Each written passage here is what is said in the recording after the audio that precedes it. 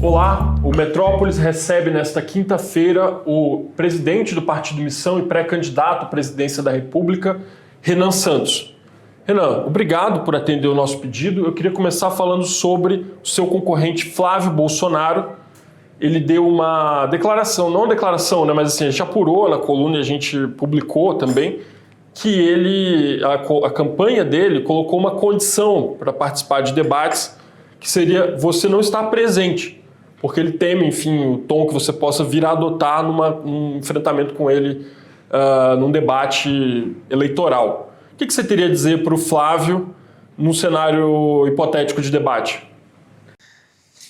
Olha, realmente o Flávio, ele... Assim, eu não estou surpreso, mas eu também... ele entregou uma fraqueza tão grande, que denota realmente que ele me vê como talvez um demônio, um cara que vai perseguir ele. Na verdade, eu não precisaria fazer muitas coisas para constranger o Flávio.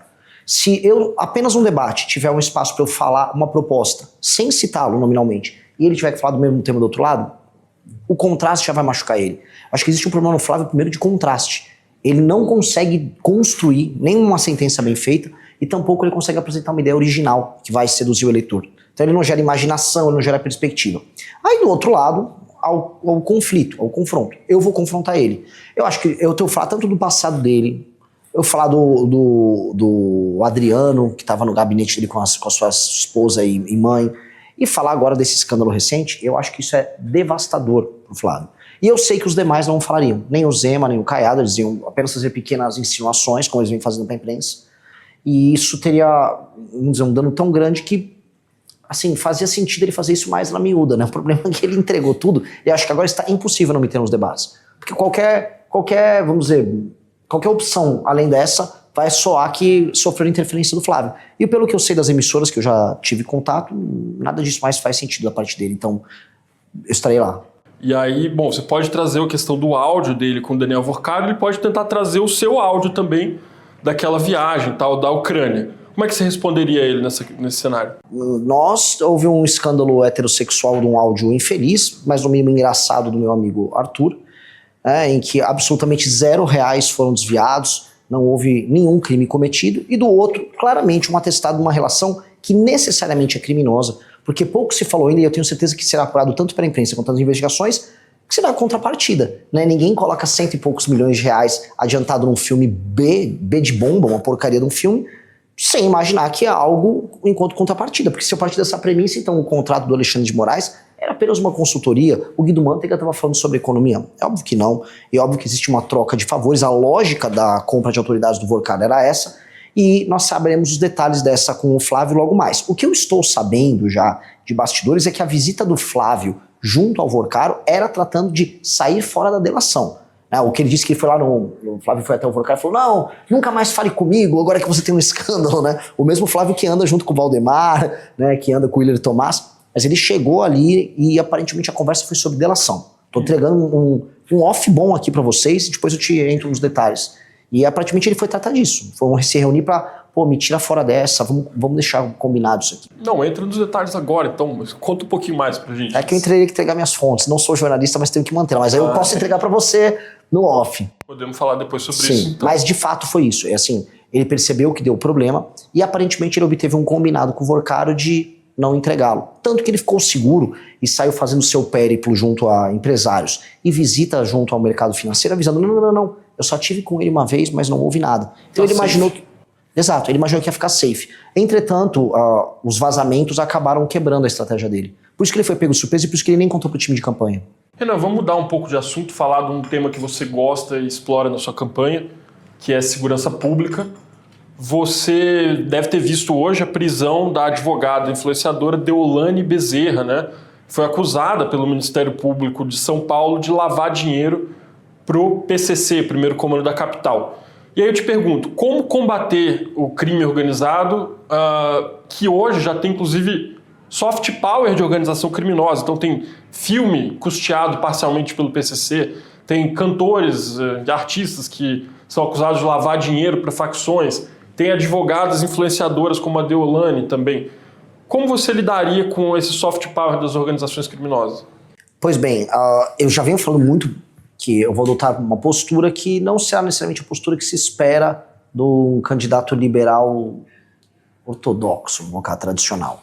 Eu acho que no combate ao crime organizado, nós temos que passar por cima de determinadas liberdades, dentre elas a liberdade de expressão de artistas e influenciadores que são porta-voz de organizações criminosas. As pessoas se esquecem quando a gente fala de organização criminosa, às vezes acham que é um tráfico, uma lavagem de dinheiro. Veja, no mesmo dia que o PCC está fazendo uma determinada operação financeira com a Deolane, como aconteceu, o PCC está participando de brigas em favelas em que morrem dezenas de pessoas todos os dias. Para um país que vai morrer de 30 a 40 mil pessoas só esse ano, todo dia precisa morrer dezenas de pessoas. E boa parte delas são brigas entre facções. E não podemos aceitar que pessoas que participem ou do debate público ou que estejam, vamos dizer, nas redes sociais lacrando, produzindo seus vídeos, naturalizem isso. A Deolane nunca escondeu que ela era advogada do crime organizado. Essa é uma das características que o Pose do Rodo também tinha, que o Ian tinham. Não é que era um trabalho dissimulado, era um trabalho escancarado. Falou, não, eu sou advogada de porta de cadeia assim, não, eu faço isso e vou tirar o meu cliente da cadeia, porque ele só é culpado se for condenado e olhe lá que eu vou recorrer. É uma cultura da normalização do crime, da naturalização do crime como uma prática menor, como se fosse não é nem uma falha de caráter, é como se fosse uma falha em ser pego. Ih, malandragem foi pega. E isso se naturalizou, e a gente percebe bem, nas camadas mais baixas da população brasileira. O que tem em comum tanto o Pose do Rodo quanto a Deolane? Eles falam com a classe C, D e E. A Deolane, quando ela... Acho que não sei se ela estava nessas casas, fazendas, um reality show, o do Carlinhos Maia, eu realmente não me lembro qual era. Ela foi... Vamos dizer, ela foi alvo de um choro, de uma campanha gigantesca. E aí, quando ela foi detida, mesma coisa, as pessoas ficaram na frente de delegacia chorando. O que isso mostra? As pessoas mais humildes não aprenderam a usar esse aparelho aqui, e as redes sociais tomaram a cabeça delas, e você consegue naturalizar o absurdo nos mais humildes. Isso tem um efeito muito grande, porque ao naturalizar o absurdo na cabeça de quem é a maior vítima do crime, que é as pessoas da classe C, D e E, eu tô falando de quem morre na mão do crime organizado. Quem mora em áreas. Exato. Quando eu naturalizo para eles, é literalmente a ideologia que faz com que eles aceitem aquilo como modo de vida. Então eu vou precisar libertar essas pessoas, mesmo sem as pessoas sequer entenderem que elas estão aprisionadas. Então vou ser muito duro. Esses influenciadores todos, a partir do momento que a gente coloca o direito penal do inimigo em funcionamento, e a partir do momento que está demonstrado que esta influenciadora é ligada ao crime, ela não tem direito a ter uma opinião. Ela só tem que ser presa, o Oruan tem que ser preso. A gente tem que parar de, vamos dizer, criar formalidades. Tipo, não, ele é um artista. O cara não é um artista, é só um porta-voz. O que aconteceria com a Deolane num governo seu? A aplicação do direito penal do inimigo, ela faria que, eu passando o projeto, ela fosse enquadrada, e aí ela não poderia, por exemplo, dispor, por mais que ela em si não tinha, por exemplo, traficado droga, ela não era a traficante em si, ela fazia parte da estrutura de lavagem de dinheiro, como essa operação pegou. Só que ela seria enquadrada como membro dessa estrutura, e aí como partícipe de toda a atividade delituosa. Ela não ia, por exemplo, ter direito à progressão de pena. Uma pessoa que tem um enquadramento, ela não tem mais a presunção de inocência.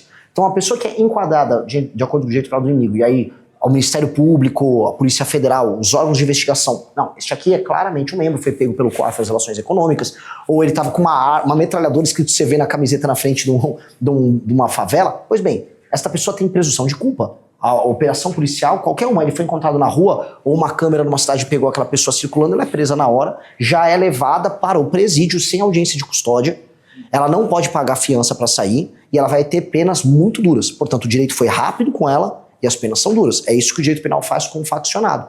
Então, nós precisamos atuar dessa maneira, e isso vai incorrer do pequeno traficante ao grande traficante, do Oruan à Deolane. Renan, se eleito presidente, você vai governar um país que tem um poder judiciário que aplica a Constituição de 88.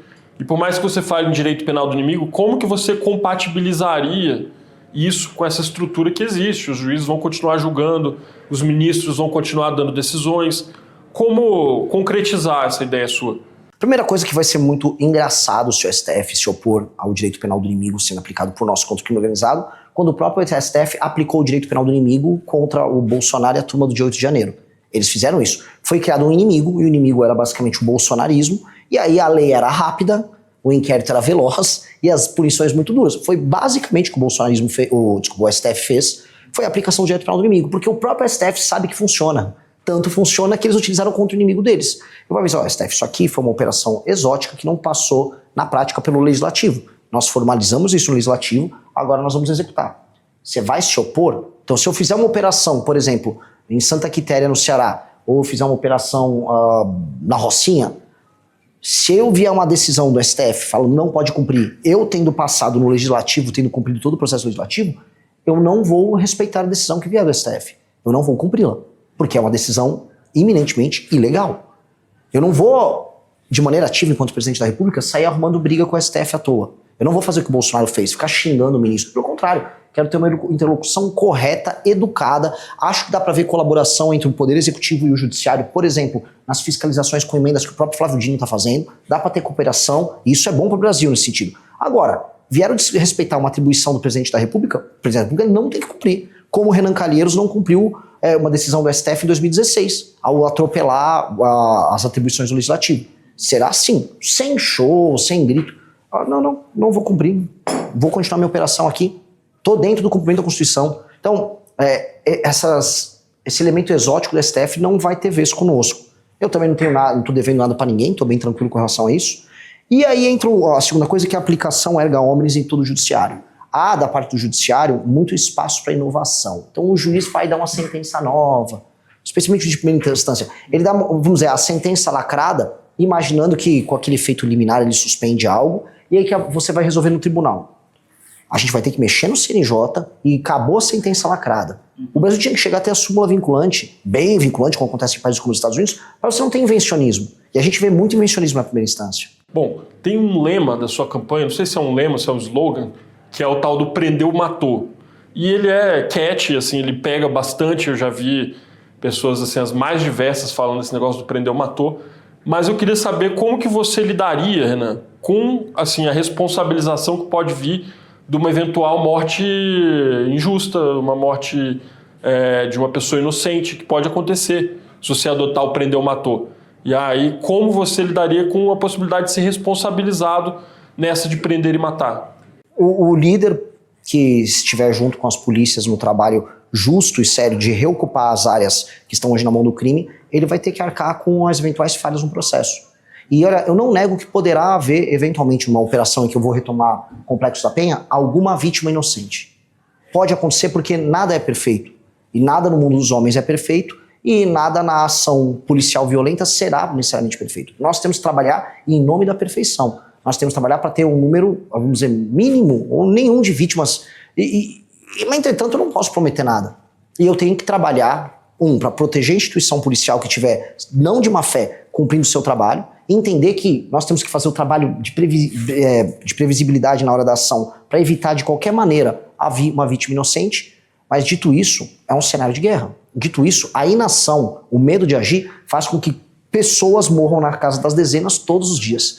Então a minha fraqueza está permitindo os outros morrerem diariamente na casa das dezenas. Tem dias que é na casa das centenas. E a única coisa que me resta é correr o risco e evitar essas mortes, eliminando quem tem que ser eliminado, que são os membros do crime organizado. Agora, o prendeu matou, né, para quem está curioso, prendeu ou matou. Se você vai numa operação na favela e as pessoas se entregam, elas estão presas. Se ele manteve a arma e quis trocar tiro, não há outro caminho. Não é prendeu e matou. Prendeu ou matou. Ou matou. Porque acaba rolando um elemento poético aí, em que abre espaço para a interpretação das pessoas. Eu dei uma caetaneada aqui, mas é isso. Renan, quando a gente olha as pesquisas eleitorais, as últimas, e principalmente a pesquisa da Atlas, a gente nota que tem um predomínio do seu eleitorado de homens jovens, né? Então, nesse público de 16 a 24 anos, você tem 36% das intenções, e entre os homens você tem 11%, e entre as mulheres você tem 3%. E aí eu queria te perguntar, você tem alguma ideia do porquê que isso acontece? Tem. Se eu olhasse o surgimento do Mandame em Nova York, eu veria a mesma história ao contrário. Havia uma prevalência um pouco maior de homens, especialmente entre homens gays, junto ao eleitor do Mandame, e mulheres jovens. Porque tendências inovadoras de esquerda costumam pegar a mulher jovem com mais intensidade. Posso pegar o começo da campanha do Boulos ou da própria Manuela, você tem uma presença da mulher jovem. O movimento estudantil, a esquerda tem uma presença feminina muito grande. Nós somos o oposto à direita. E aí você tem uma presença muito grande do homem jovem. Existe uma pesquisa, eu não sei se é da Financial Times ou da Economist, acho que é da Financial Times, que mostra, vamos dizer, a separação na geração Z entre a opinião feminina bem mais à esquerda e a masculina bem mais à direita.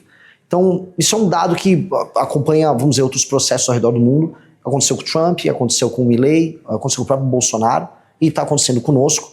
E como resolver isso? Eu não sei se vou resolver isso com a mulher jovem, ainda que o cenário brasileiro, Charles, é legal a gente checar isso, porque como o Lula é um candidato muito envelhecido e não há uma alternativa à esquerda dentro dos presidenciáveis, haverá uma curiosidade da mulher jovem a respeito da nossa candidatura. Na gringa, nos Estados Unidos, não era tão óbvio assim. Isso aconteceu um pouco com o Milei. Por dada a crise econômica, vamos dizer, o cansaço lá com o Fernandes, houve até a mulher jovem progressista, não a ultra progressista. Ok, vamos com esse louco aí. Então, há uma possibilidade ali que a gente não pode desprezar. Mas a mulher dos 25 aos 50 anos, esta é muito passível de ser buscada e é com ela que eu comecei a crescer. Tinha pesquisas anteriores que eu estava passando com 0,5 entre mulheres. A diferença era bem maior. Agora eu fui para 3,3. Tá longe de ser o ideal, mas eu acho que a gente vai se aproximar bem. Eu acho que tudo meus números são assimétricos. E certas assimetrias elas tendem a regredir à média. E a minha, eu até brinco... Como assim? Existe a regressão à média. É um conceito estatístico que às vezes você tem, por exemplo, um jogador que faz muitos gols numa temporada, e não é porque ele é um grande craque, porque ele fez gols num período da temporada e ele vai regredir a uma média geral. Existe uma média geral, uma ou outra coisa muito excepcional, que são os outliers, eles fogem da média. Mas os números tendem a regredir a média. A novidade não é o meu número alto dos homens. Quer dizer, a novidade é a coisa que é anômala é entre as mulheres. E boa parte das mulheres despolitizadas vão ser convencidas pelo homem politizado. Portanto, tende a ter uma regressão à média no sentido de que, em geral, você pode até ter nos candidatos de direita um pouco mais de voto masculino. Então, não é que eu vou perder o voto masculino para aproximar do feminino. Elas vão subir até o voto masculino em alguma medida. Então, eu confio muito nessa regressão, porque minha campanha não é uma campanha anti-mulher, uma campanha... Eu não sou um candidato bizarro. Então, tende a acontecer esse processo. Eu não vou alterar minha linguagem nesse sentido. Eu acho que não preciso adotar uma linguagem diferente. É só que a mulher, especialmente de 25 a 50 anos, ela não está tão atenta ao tipo de discurso político que a gente está fazendo como a mulher à esquerda. Entendi. Então você acha que... ou a mulher mais velha bolsonarista. A mulher 60 mais bolsonarista, ela está super politizada assistindo canal Auriverde, vendo se o Kim Paim tá com uma teoria nova. Então você acha que o seu público masculino jovem, os homens jovens que te apoiam, vão conseguir fazer esse trabalho aí de convencimento? É uma demografia que convence os outros? É isso? Sim, porque por isso que eu gosto muito da Atlas. Uma pesquisa de campo, de rua, que vai numa rodoviária pegar a opinião de uma pessoa, ele até pega uma fotografia de um país despolitizado. Então ele vai perguntar para um sujeito, você vai votar em quem? Sei lá, viu o nome Bolsonaro, Flávio Bolsonaro. Porque ele está despolitizado. Quantas pessoas essa pessoa vai convencer ao redor dela? Muito pouco. Essa pessoa tem um baixo grau de engajamento. A Atlas, por ser online, ela vai pegar pessoas que estão mais engajadas. Então elas refletem a Atlas antecipa uma tendência de convencimento. E foi isso que fez ela acertar as pesquisas na gringa. Porque ela vai pegando essas tendências porque os mais engajados convencem os menos engajados. Como o homem jovem nosso é altamente engajado, ele já está no processo de convencimento. E onde a gente viu isso? Na própria última pesquisa Atlas, eu estou com 36% do 16 a 24, mas com 12% do 25 a 35. Já é um número bem alto. E não estava assim. Ele que começou a espraiar de maneira geracional. Existe uma análise até do Andrei Roman, que é o presidente da Atlas, em que ele vai nessa linha. Que, olha, esse tipo de candidato ele gera um espraiamento. Você vai convencendo os mais velhos. Igual a adoção de certos memes, de certos produtos de tecnologia, é um processo. Eles seriam early adopters, então? Exatamente. É o early adopter da nova tendência política. O homem jovem, ele acaba se comportando assim. Bom, vamos voltar a falar